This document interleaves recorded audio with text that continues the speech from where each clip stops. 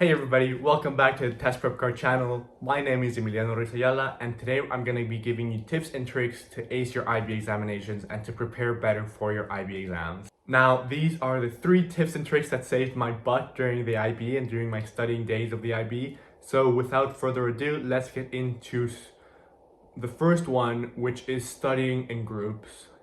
Now, obviously, some people prefer to study alone, some people prefer to study together. If you are one of the people that prefers to study together, that's great. You're already kind of doing what I'm suggesting. Part of your studying together should be discussing, talking with your classmates, comparing like essays, asking each other questions, etc. But a big part of your studying should also be just studying however you study best, because not everybody studies the same way. So however you study best, however you learn best, just sitting down with a group of people that are doing the same thing and studying. And this might sound appealing for the people that prefer to study alone too, which is great because you should try this at least.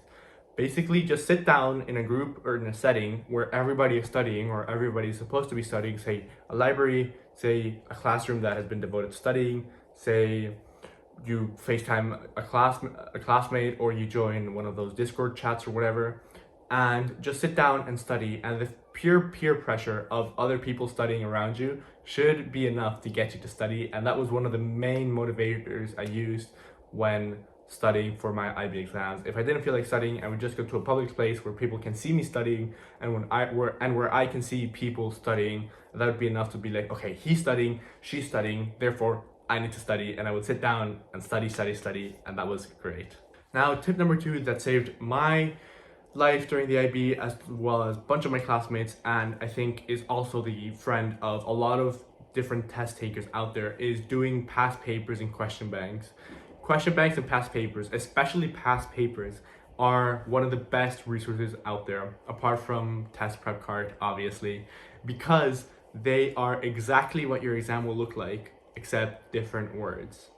That sounds a bit counterintuitive, but it makes sense. You won't have obviously the same questions as they did last year and the year before, because that would be counterproductive.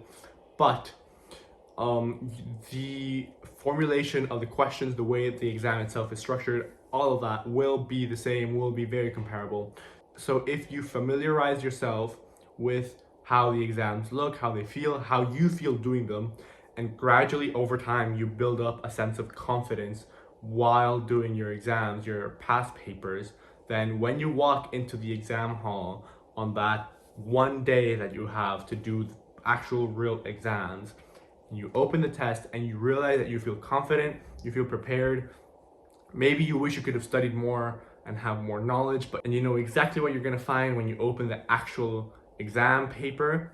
That's invaluable, because having a sense of confidence and having a sense of self-assuredness when you walk into the exam will lead you to be more calm, more relaxed, etc. And that can be a great deal of difference between doing really well and doing not so well.